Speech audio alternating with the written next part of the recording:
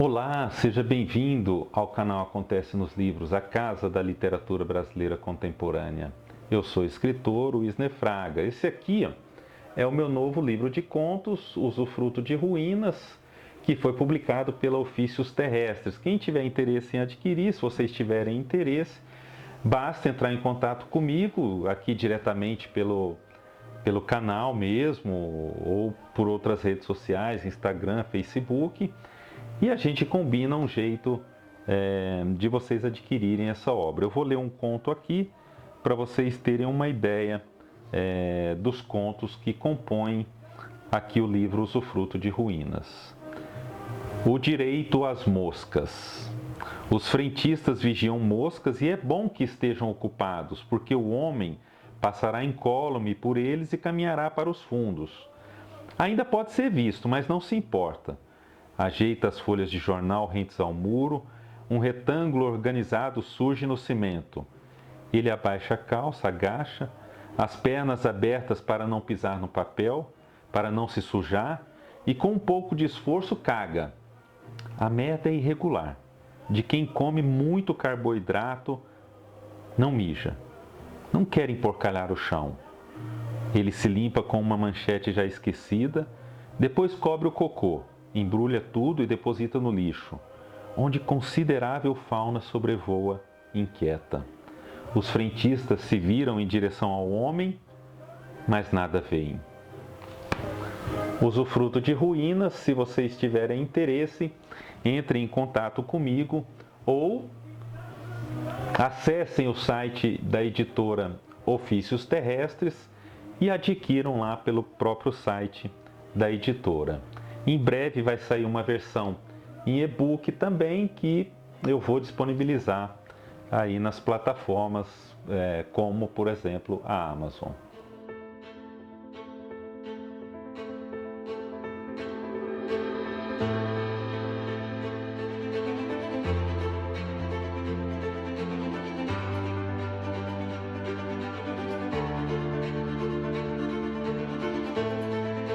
Hoje eu quero falar então sobre 3 contos da escritora Lígia Fagundes Telles. Esses contos estão nesse livro aqui, também, né? Os Contos, que foi editado pela Companhia das Letras no ano de 2018.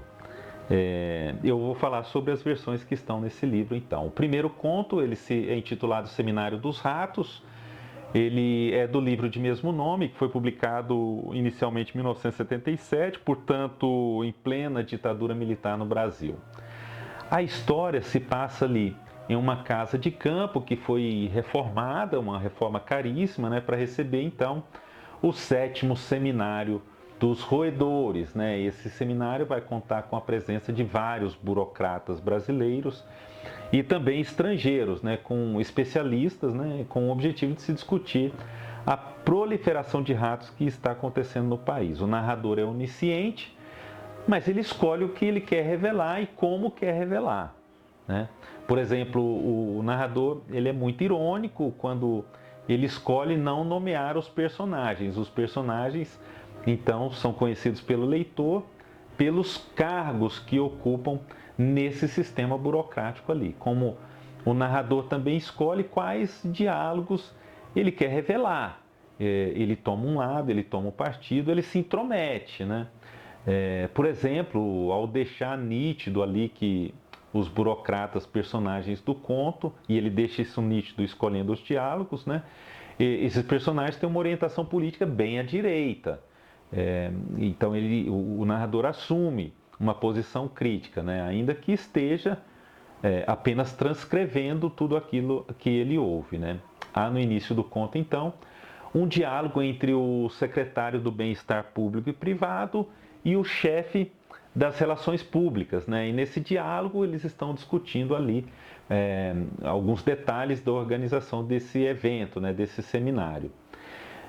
Por que o narrador escolhe justamente esses trechos de diálogo para começar então a construção dessa narrativa? Porque ele escolhe, né, um lado, ele tem uma intencionalidade, né? E isso faz com que o narrador, ele, claro, por conta disso, não seja tão isento como nós leitores possamos imaginar, né? No diálogo acontece aquilo que nós imaginamos acontecer, né? Nesse diálogo, quando alguns burocratas de alto escalão se reúnem, né? Então, ordens para manipular pessoas, para manipular a mídia, um desprezo a toda opinião contrária a deles, uma alienação, né? E assim por diante. Durante esse diálogo, então, o secretário começa a escutar alguns ruídos, alguns barulhos, e isso traz, né, um suspense a essa narrativa e prepara já o leitor para a segunda parte da trama, que é a invasão propriamente dita desses ratos. Os ratos então invadem a casa, comem todos os alimentos, roem tudo e tomam para si esse seminário que eu acho que de fato deveria pertencer a eles mesmo, né? Apesar dos dois personagens definirem os subversivos como ratos, né, esses ratos são, claro, uma metáfora para toda a situação que o país atravessava naqueles tempos para definir, né, e falar sobre as pessoas que estavam no poder ali naquela época.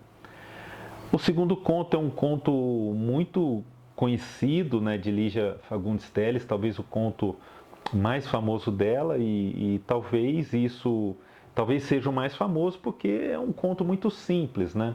Que é Venha Ver o Pôr do Sol, que foi publicado originalmente no livro Antes do Baile Verde, um livro que foi publicado no ano de 1970. O narrador desse conto é onisciente, né? Ele descreve por meio de diálogos ali então um encontro entre um casal. Raquel e Ricardo. Esse casal ali teve, é claro, pelo diálogo que teve um relacionamento no passado, mas no momento então em que essa história se passa, Raquel se encontra em um outro relacionamento com um homem muito rico e também muito ciumento. Ricardo convida a Raquel para esse encontro, então ela não sabe inicialmente onde nem para que ele quer esse encontro, ela pega um táxi, vai muito bem arrumada e se encontra com o Ricardo então em frente a um cemitério que ele está abandonado. É um conto sobre vingança. Ricardo não aceita, né, a separação, esse jeito livre de Raquel.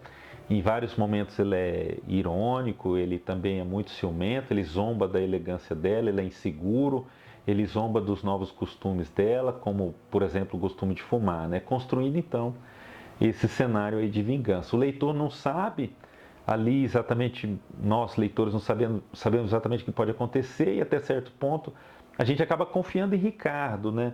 Nós acreditamos que ele ainda gosta dela, que ele está ali com boas intenções, que está tentando reatar algo, né? Recuperar algo ali com ela, e quem sabe ela ainda tem algum sentimento por ele. Então, ele a convida a esse encontro barato, já que ele está na pior, segundo ele, né? Não tem dinheiro, então seria ver o pôr do sol mais lindo que existe. Esse pôr do sol só pode ser visto ali de dentro do cemitério em um lugar específico, né?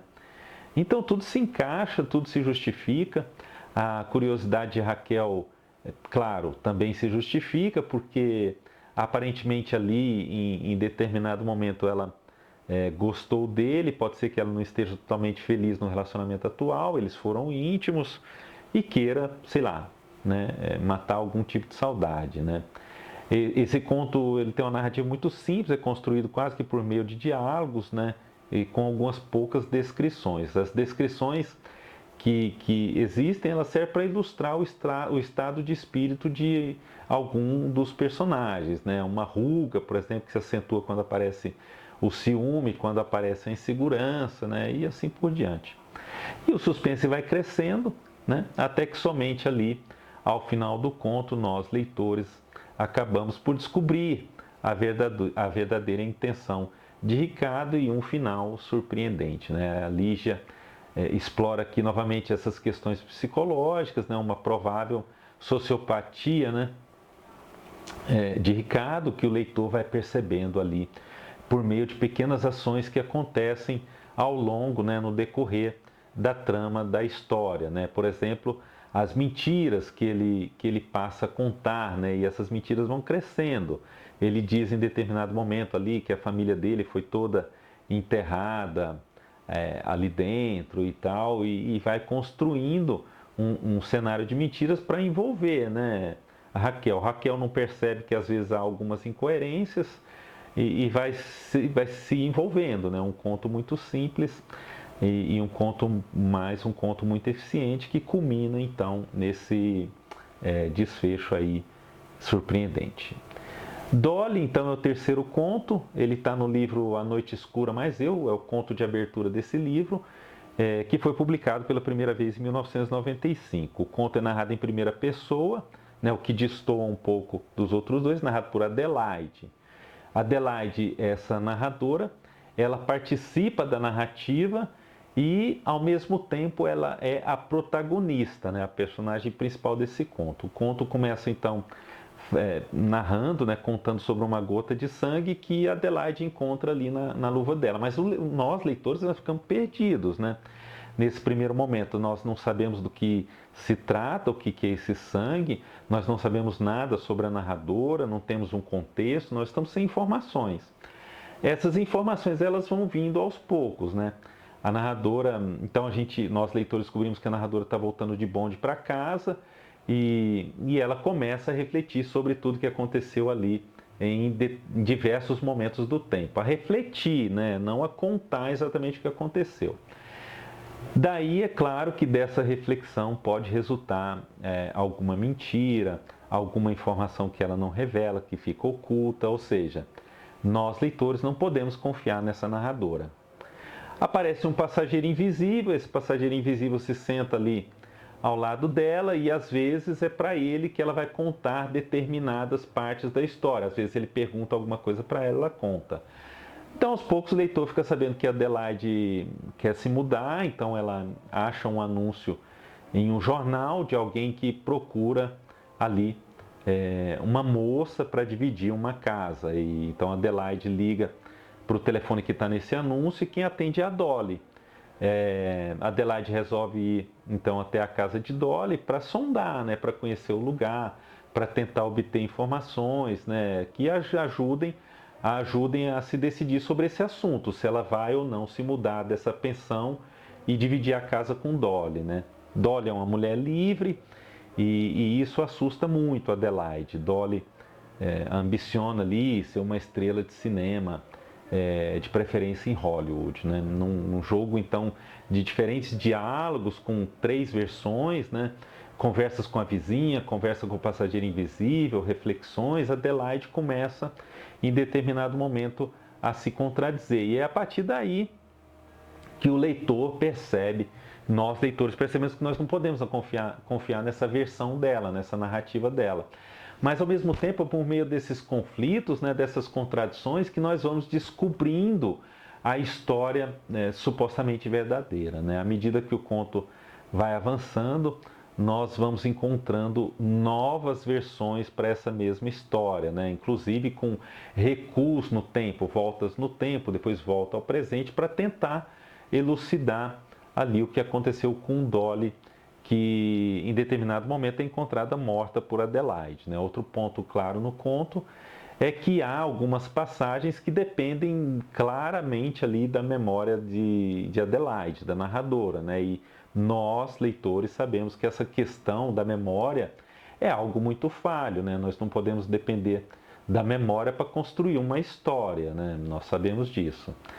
Há uma terceira personagem, Matilde, né? Matilde supostamente mora, então, nessa mesma pensão que Adelaide, mas nós não sabemos se Matilde realmente existe, né? Porque nós dependemos do pensamento de Adelaide. Adelaide não crava que se encontrou, que está ali naquele momento, né? São construções da memória.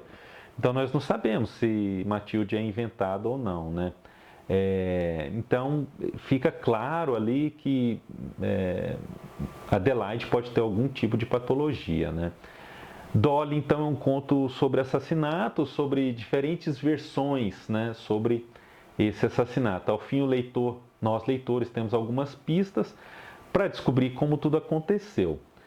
Mas é por meio dessas contradições que nós vamos construindo, que nós vamos tentando montar, né, esse quebra-cabeças. Então, inclusive com dicas, né, com pistas de linguagem, né? Então, será que são narrados dois momentos nesse conto? O momento em que Adelaide vai à casa de Dolly e lá as duas conversam e Adelaide esquece alguns cadernos na casa de Dolly. E o outro momento é quando Adelaide retorna então à casa de Dolly e para recuperar esses cadernos e encontra então Dolly morta, né? Num primeiro momento, Adelaide sequer encontra, né, o corpo e num segundo momento ela diz sim ter visto o corpo e dá detalhes da cena que ela encontra também. Então, quando Adelaide volta à casa de Dolly, será que é a segunda vez apenas? Aparentemente não. A vizinha dá a entender que as duas são razoavelmente amigas. O próprio passageiro invisível, ele faz uma pergunta, ué, mas vocês não eram amigas? Algo nesse sentido assim. E outra pista que corrobora para essa versão é que quando Adelaide adentra a casa de Dolly, ela vai descrevendo ali os objetos, ela cita, por exemplo, o calendário, o quadro, então ela usa o artigo definido, né? E nós usamos um artigo definido para descrever algo que nós conhecemos. Então temos essa impressão de que Adelaide já esteve ali em outro momento, já conhece aquele calendário em que está arriscado ali o ano 1921 e então essa história de que ela só esteve ali uma segunda vez porque ela precisava pegar os cadernos de volta acaba sendo colocada ali em dúvida, né? E dessa forma, a própria Adelaide, né, porque a principal questão desse conto é quem matou Dolly, né? Então, a própria Adelaide passa então a ser ali tida como suspeita. A própria Adelaide pode ter assassinado a Dolly, né? Diante de tanta incoerência que há nesse conto, de tanta coisa oculta, de tantas, às vezes até mentiras, Adelaide passa a constar também ali no rol de suspeitas desse assassinato. Então, é um conto muito bem construído, há diversas pistas, nós precisamos ler com muita atenção esse conto para construir o nosso próprio cenário, né? E tentar descobrir, ou tentar pelo menos formar uma pequena opinião ali sobre tudo o que aconteceu acerca desse assassinato aí. Muito obrigado por você ter assistido a esse vídeo. Se você curtiu um vídeo assim, em que eu destaco alguns contos de um cânone da literatura brasileira, basta me dizer que eu volto a fazer outros vídeos assim, destaco alguns contos de escritores que eu curto. Se vocês quiserem sugerir também algum escritor, fiquem à vontade. Mas se vocês gostaram desse vídeo, divulguem, peço que divulguem aí nas redes sociais, tá? Valorizem a literatura brasileira é uma literatura de qualidade e, se for possível, comprem os livros de escritores brasileiros. É uma forma de fortalecer o nosso mercado de livros. Muito obrigado, então, por assistir e até a próxima.